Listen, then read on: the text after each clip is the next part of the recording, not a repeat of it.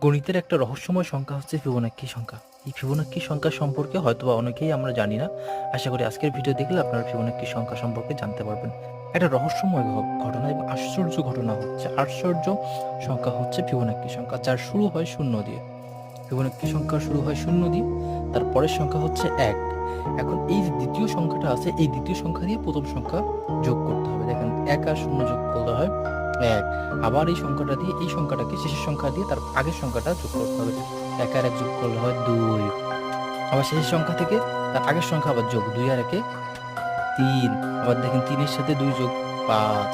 ৫ এর থেকে ৩ যোগ ৮। ৮ ৫ হচ্ছে আবার ১৩।